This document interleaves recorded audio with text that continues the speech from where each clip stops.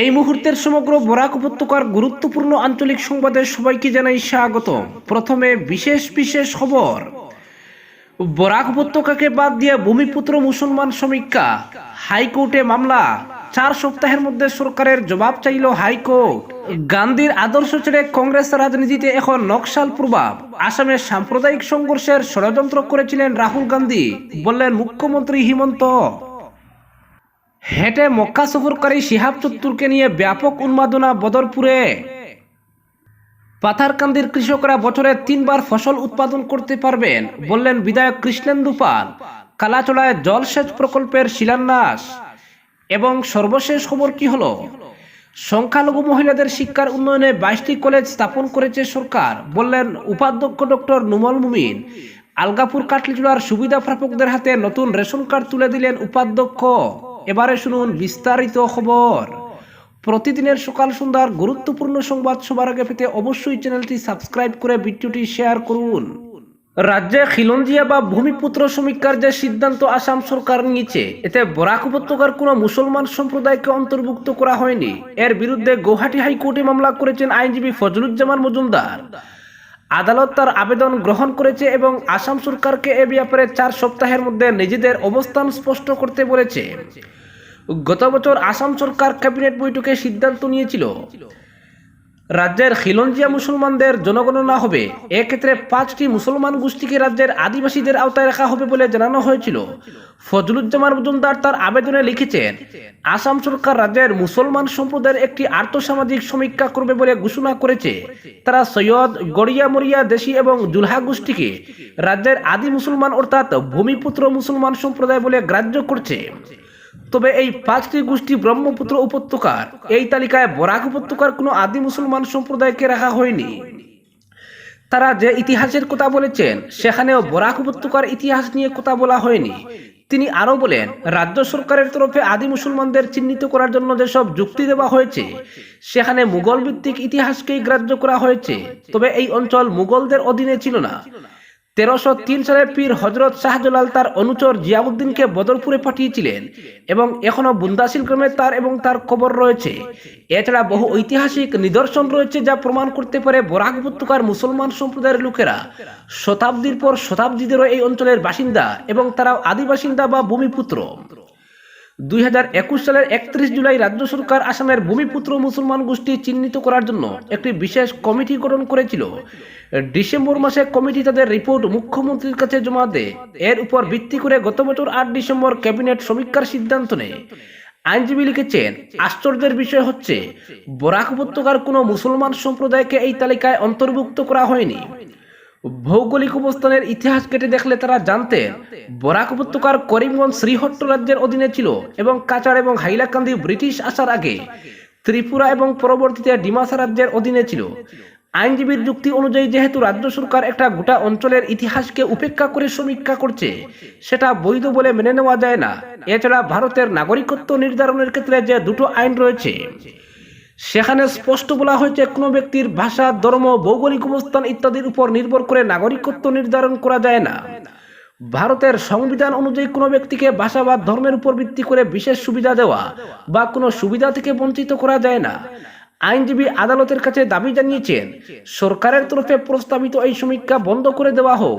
যে কমিটি বানানো হয়েছে তাদের নির্দেশ দেওয়া হোক আসামে মুসলমানদের ইতিহাস নিয়ে পুনরায় যাচাই করতে। তিনি 4 জানুয়ারি পিআইএল জমা দিয়েছিলেন এবং গৌহাটি উচ্চতর ন্যায়ালয়ে 6 জানুয়ারি সেটা গ্রহণ করে জাস্টিস LS জামির এবং জাস্টিস কার্দেক আত্রের ডিভিশন বেঞ্চ 22 জানুয়ারি আবেদন শুনেন এবং তারা আসাম সরকারকে নির্দেশ দিয়েছেন আগামী 4 সপ্তাহের মধ্যে এ ব্যাপারে সরকারকে এই বিষয়ে তাদের অবস্থান স্পষ্ট করতে হবে। অপরদিকে সংখ্যালঘু মহিলাদের শিক্ষার জন্য সংখ্যালঘু অধ্যুষিত 22টি এলাকায় মহিলা কলেজ স্থাপন করা হয়েছে। হাইলাকান্দির SS কলেজের মাঠে আয়োজিত এক সভায় একথা জানান রাজ্য বিধানসভার উপাধ্যক্ষ নুমাল মুমিন। পাশাপাশি স্বাস্থ্য, রাস্তাঘাট, পানীয় জল ইত্যাদি ক্ষেত্রে ব্যাপক উন্নয়ন সাধিত হয়েছে বলেও দাবি করেন তিনি। অনুষ্ঠানে আলগাপুর কাটলিচুড়া বিধানসভার 8702টি নতুন রেশন কার্ড বন্টন করেছেন উপাধ্যক্ষ নুমাল মুমিন। এর ফলে ওই বিধানসভার ৪৫,৪৫৮ জন লোক উপকৃত হয়েছেন। উপাধ্যক্ষ নুমাল মুমিন তার বক্তব্যে রাজ্য সরকারের বিভিন্ন জনহিতকর প্রকল্পের উল্লেখ করে বলেন, বিনামূল্যে চাল, অরুণোদয়, মাইক্রোফাইন্যান্স ঋণ মুকুব, বৃদ্ধ ভাতা, বিধবা পেনশন ইত্যাদি প্রকল্পের ফলে দরিদ্র জনসাধারণ উপকৃত হচ্ছেন। এদিন রাজ্য পরিবহন মন্ত্রী পরিমল শুক্লবৈদ্য বাইক র্যালি করে এই সভায় অংশ নেন। মন্ত্রী শুক্লবৈদ্য সড়ক নিরাপত্তার সচেতনতা সংক্রান্ত বিভিন্ন তথ্য তুলে ধরেন। তিনি বলেন, বাইক চালাতে সর্বাবস্থায় হেলমেট পরিধান করতে হবে। যানবাহনে সিট বেল্ট ব্যবহার না করলে দুর্ঘটনার সময় সেফটি মেকানিজম কাজ করে না, তাই সব সময় সিট বেল্ট ব্যবহার করতে হবে। এবং যান চালানোর সময় মোবাইল ফোনে কথা না বলতেও তিনি পরামর্শ দেন। তিনি বলেন, রাজ্যের সড়ক দুর্ঘটনায় ২০২২ সালে ২৯৯৪ জন এবং ২০২৩ সালে ৩২৯৬ জনের প্রাণহানি হয়েছে। সভায় দুই বিধায়ক নিজামুদ্দিন চৌধুরী এবং জাকির হোসেন লস্কর সুবিধাপ্রাপকদের হাতে নতুন রেশন কার্ড তুলে দেন। তারা সুবিধাপ্রাপকদের রেশন কার্ড নিজের কাছে রাখতে বলেন। সবার শুরুতে জেলাশাসক নিসর্গ হিবারের স্বাগত ভাষণে নতুন রেশন কার্ড সংক্রান্ত কোনো ধরনের দুর্নীতির খবর থাকলে সঙ্গে সঙ্গে নিকটবর্তী সার্কেল অফিসে জানাতে বলেন। সভায় অন্যদের মধ্যে বিজেপি জেলা সভাপতি স্বপন ভট্টাচার্য, ডিডিসি এলডার ফারহিন অংশ নেন। পরবর্তী খবরটি হলো, হেঁটে মক্কা সফরকারী শিহাবকে নিয়ে ব্যাপক উন্মাদনা বদরপুরে।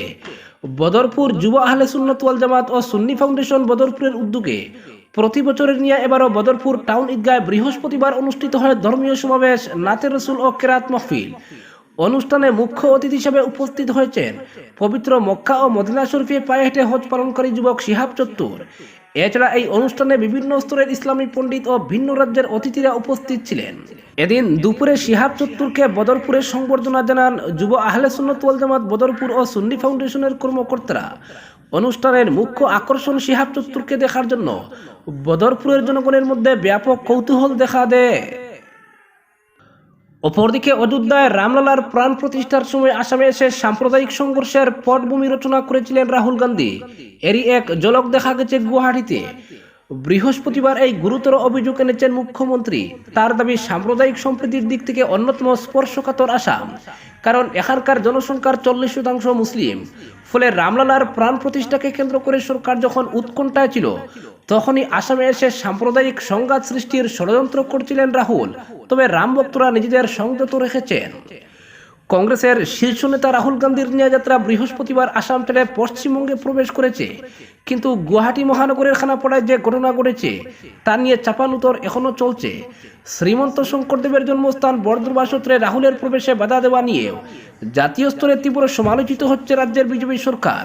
তাই বৃহস্পতিবার এক সাংবাদিক বৈঠকে মুখ্যমন্ত্রী হিমন্ত বিশ্ব শর্মা এর জবাব দিয়েছেন। একই সঙ্গে গান্ধীর আদর্শচ্যুত হয়ে কংগ্রেস রাজনীতি এখন আরবান নকশাল প্রভাবিত বলেও দাবি করেন তিনি।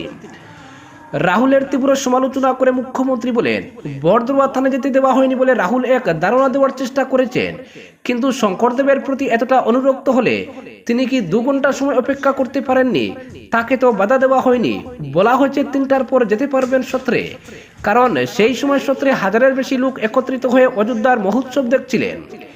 কিন্তু দেশের কোনো সরকার কিংবা মন্দির কমিটি সেই সময় এমন কোনো ব্যক্তিকে অনুমতি দিতে পারে না যার দল সেই অনুষ্ঠান বয়কট করেছে।